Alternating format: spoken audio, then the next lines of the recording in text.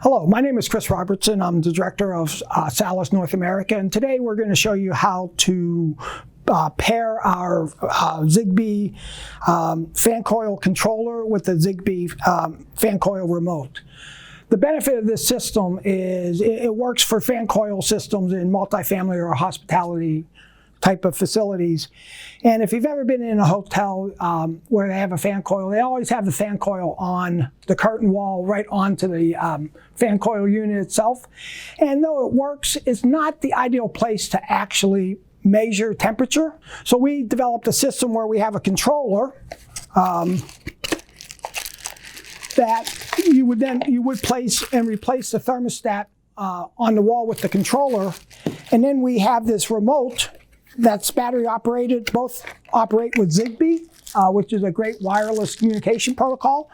And this you can put across a room in the area, the ideal area for the thermostat, so that the occupants have comfort all the time. So today I'm going to show you how to pair these devices. And the process is very simple because these two products have to communicate to each other.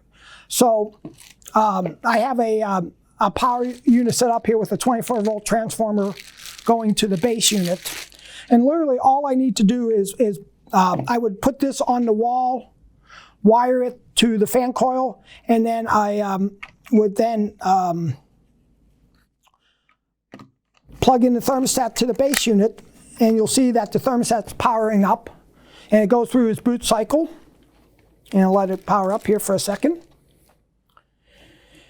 And the first thing we need to do when we pair these devices is we have to build the ZigBee network, or the communication network.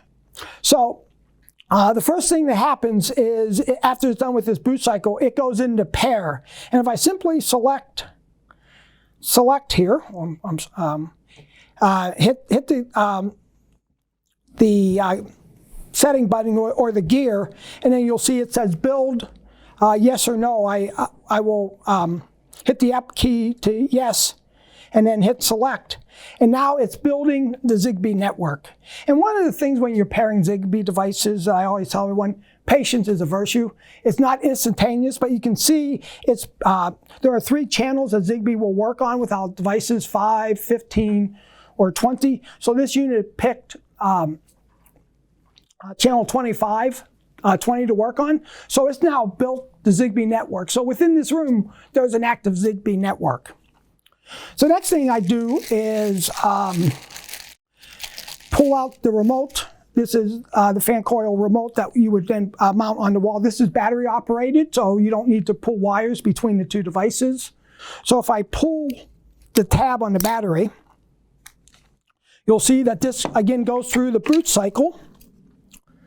And it's going to be ready, and it automatically goes into pairing mode between the two. So you see this is in pairing mode. The 10 means that there's a 10-minute countdown to complete the pairing cycle.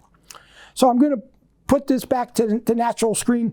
I've got to put this device as well into pairing mode. So if I just hit the fan mode and button to get into the codes and hit select, it goes into identify mode.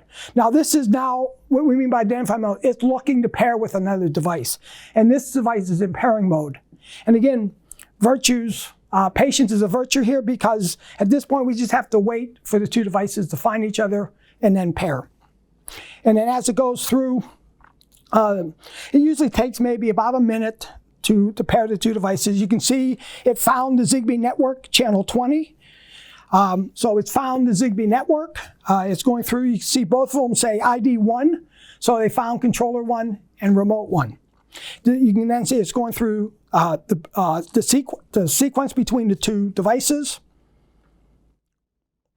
And once it's at 100%, both devices are paired. That's how simple it is to pair these two devices. Again, one of the things we recommend, you can see how easy the setup was to do in an office. What we typically recommend for the contractors is to pre-provision these in their office. And you can see on the 2 boxes, this was set 2 of a 2-set job that I just marked.